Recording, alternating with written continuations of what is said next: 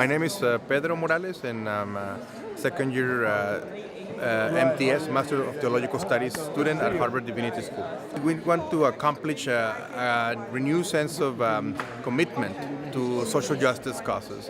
In this particular case, we believe strongly that a yes vote for both questions 3 and 4 are two sides of the same social justice coin. And as people of faith, as ministers, as rabbis, as imams, you cannot ask to just do one and not the other, because both affect deeply the communities our rabbis and ministers serve.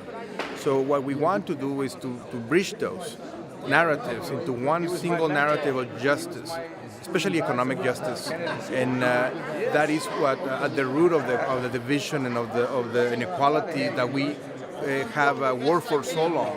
Many people before us, like we were told by Reverend Virgil Wood that this is an old fight. This is an old fight. That he has those moments that every generation have to rise up. And I think, will do great service to ourselves and to our communities if we are not blinded by the sleek advertisement, the empty promises of some sort of panacea of benefits, when we know for sure they're lies. It's outright lies, and we need to call them out.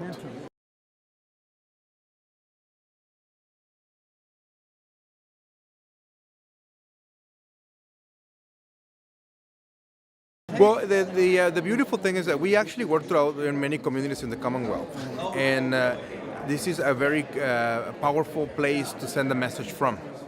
And we have already worked and organized in many communities, from Worcester to Bedford, Lawrence, and all kinds of places. But it doesn't have the same, local, absolutely. But we need a center, and Cambridge and Harvard is a center. It's a center where people have, for generations and hundreds of years now, come together. A place that people recognize as a place where things happen, where history is made. And tonight was one of those occasions, because in the almost 380-year history of this university, such service as the one you witnessed tonight has not actually occurred, to our knowledge. A call to prayer in Arabic, a closing of a benediction in Hebrew, and in between Spanish and English and Catholic and Protestants of all kinds of denominations joining forces. That's really unheard of, you must agree. And this is the place where things happen.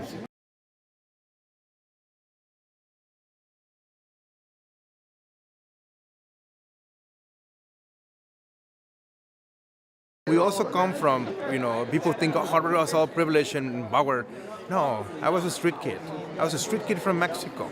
I was rescued by a church, and ended up, with their help, here.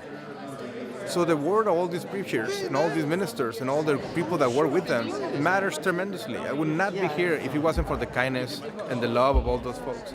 And now we at Harvard, me as a student, somebody that comes from nothing, absolutely nothing, I have this tremendous sense of responsibility to give back and to show a new face of this university, a new way of being in this university, and using these powerful spaces for the benefit of the oppressed and the systematically downtrodden, and the systematically people that have set aside, that have been let out of the tremendous wealth and opportunity that this nation has to offer. And that's not a new message. That's an old message that I'm taking on, and all of us are taking on as our own, because we care, because we love, because we have our next generations to look after, and that flame and that fight will not end, and it will not ever be in vain.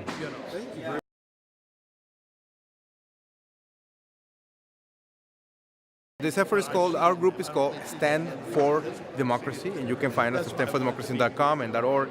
And there's also the other teaming partner that we have is the Rise Up Massachusetts, or through MCAN, Massachusetts Community Action Network, MCAN.